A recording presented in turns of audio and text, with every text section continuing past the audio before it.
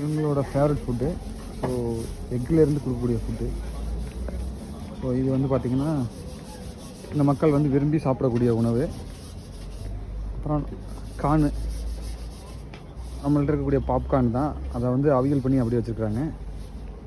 அதுக்கப்புறம் பார்த்திங்கன்னா வந்து இங்கே வந்து குளிருக்காக உள்ள குளிர் ட்ரெஸ்ஸஸ் எல்லாமே சீப்பாக கொடுத்துருக்குறாங்க.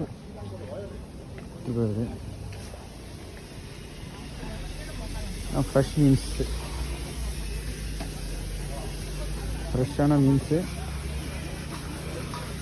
ஸோ ஃபிஷ்ஷஸ் வந்து வெரைட்டியாக இருக்குது. இதை நமக்கு பார்த்தாலே தெரியும்.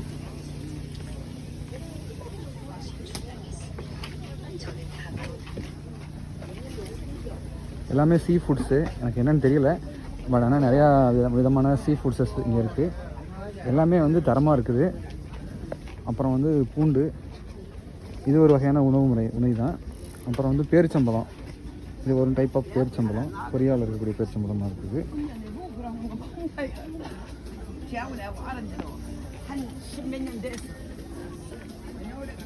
ஃப்ரூட்ஸ் எல்லாமே வந்து பார்த்திங்கன்னா ஃப்ரெஷ்ஷாக இருக்குது. ஃப்ரூட்ஸ் என்னென்னு பார்த்தீங்கன்னா வந்து இது வந்து ஆரஞ்சு மாதிரி இருக்குது. ஸோ ஆரஞ்சஸ் இருக்குது, திராட்சை, க்ரீன் திராட்சை இருக்குது. தென் வந்து பார்த்திங்கன்னா ஆப்பிள் வந்து ரொம்ப சீப்பாக இருக்குது. 10,000 ரூபா போட்டிருக்குறாங்க. இந்தியன் மணிக்கு வந்து 600 ரூபா வரும். அந்த கூட நிறையா உள்ளது 600 ரூபா தான். நான் இப்போ ஆப்பிள் சீசனால் வந்து ஃபுல் அண்ட் ஃபுல்லாக இருக்கும். இது வந்து கருவாடு. ஸோ கருவாடுலேயே வந்து வெரைட்டியான கருவாடு இருக்குது. அப்புறம் முட்டைக்கோசு நம்ம ஊர் காசுக்கு 120 ரூபா போட்டிருக்காங்க. இங்கே வந்து எப்படின்னா வந்து கோஸாகவே எடுத்துக்கிறது. ஸோ இது வந்து பார்த்திங்கன்னா இங்கே வந்து பச்சையாகவே சாப்பிடுவாங்க இந்த இதுக்கப்புறம் வந்து இந்த பூண்டு, அதுக்கப்புறம் நம்ம இஞ்சி, அப்புறம் இந்த இது வந்து அவங்க சாப்பிடக்கூடிய உணவில் இது ஒன்று. ஸோ இது வந்து இலையும் சாப்பிடுவாங்க. கேரட்டு அப்படியே மண்ணில் விளைஞ்சது, கீரைகள்லாம் இருக்குது. அப்புறம் கடலை, நிலக்கடலை. தென் வந்து பார்த்திங்கன்னா இதெல்லாம் உணவுகள், இங்கே இருக்கக்கூடிய உணவுகள்.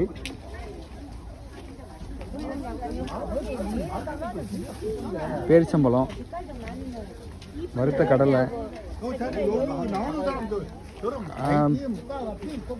பிஸ்கட்ஸு.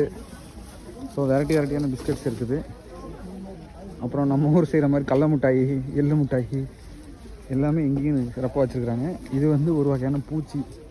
ஸோ பூச்சி இது வந்து உணவில் பயன்படுத்துகிறாங்க. திரும்ப வந்து இங்கேயும் வந்து மீன் இருக்குது.